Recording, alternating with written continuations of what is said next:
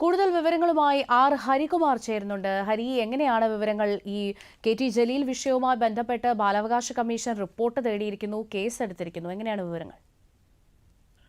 ജീന, തീർച്ചയായും ഈ വിഷയത്തിൽ മണ്ണാർക്കാടുണ്ടായ വിവാദ പരാമർശത്തെ തുടർന്ന് അല്ലെങ്കിൽ ആ ഒരു സംഭവത്തെ തുടർന്ന് ബാലാവകാശ കമ്മീഷൻ കഴിഞ്ഞ ദിവസം കേസെടുത്തിരുന്നു. ഇപ്പോൾ ജില്ലാ ചൈൽഡ് പ്രൊട്ടക്ഷൻ ഓഫീസറോട് ബാലാവകാശ commission chairperson K V. Manoj Kumar report തേടിയിട്ടുണ്ട്. ഈ റിപ്പോർട്ടിന്റെ അടിസ്ഥാനത്തിലായിരിക്കും ഇനി തുടർ നടപടി ഉണ്ടാവുക. കുറ്റം തെളിഞ്ഞാൽ ഈ കെ.ടി. ജലീലിനെതിരെ നടപടി ഉണ്ടാകും എന്നാണ് ബാലാവകാശ കമ്മീഷൻ വ്യക്തമാക്കിയിരിക്കുന്നത്. ഇതുകൊണ്ട് തന്നെ ഈ ജില്ലാ ചൈൽഡ് പ്രൊട്ടക്ഷൻ ഓഫീസർ കുട്ടികളിൽ നിന്ന് മൊഴിയെടുക്കും.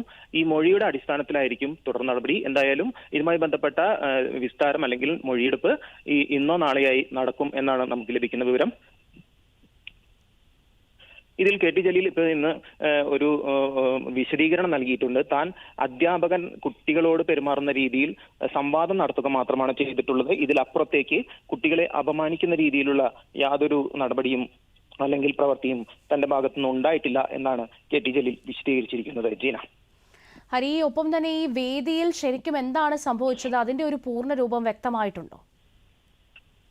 അതായത് മണ്ണാർക്കാട് ഒരു അനുമോദന ചടങ്ങാണ് നടന്നത്.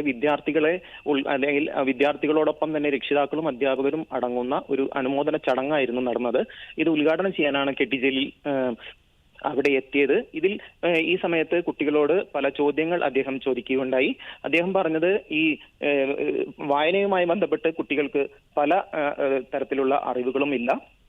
ഇത്തരത്തിലുള്ള ചോദ്യങ്ങൾ ചോദിച്ച സമയത്താണ് കുട്ടികളിൽ പലരും ഉത്തരം പറയാത്ത ഒരു അവസ്ഥ ഉണ്ടായത്. ശരി, കെ.ടി. ജലീൽ വിഷയവുമായി ബന്ധപ്പെട്ട് ബാലാവകാശ കമ്മീഷൻ ഇപ്പോൾ റിപ്പോർട്ട് തേടിയിരിക്കുകയാണ്. ജില്ലാ ചൈൽഡ് പ്രൊട്ടക്ഷൻ ഓഫീസർ റിപ്പോർട്ട് സമർപ്പിക്കും. ഹരികുമാറാണ് വിവരങ്ങൾ നൽകിയത്.